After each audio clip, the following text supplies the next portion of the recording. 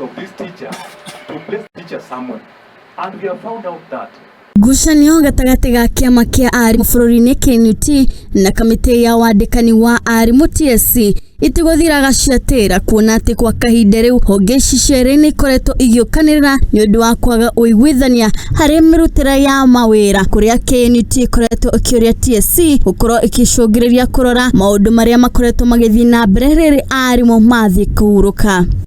we wanted Teacher Service Commission to involve us as true representatives of these teachers, and we told them in black and white that we are not stakeholders but we are.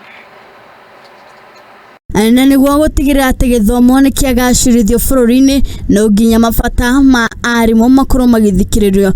O ni kuringana na mwandiki mukaru wa Knut Collins oyu. Issues to be addressed. Number one, the change of the letters that used to be given to teachers about acting, and it has now changed to assignment of duties. If you look at Appendix 7, you'll be shocked. The Teacher Service Commission issue assignment of duties and not acting. Oyu oho ni umana ihinda iritu gutariria kamiti ino ya bunge ya githomo uria ruhonge ruru ruremetwo guthikiriria mabata ma arimu, akiuga ati amwe arimu aria marenda kuhaicio ngathi ni marendwo ni TSC gukorwo magithama kuma kiama-ini kia Knut wona maga kuthikiririo. But those principles don't even work alone.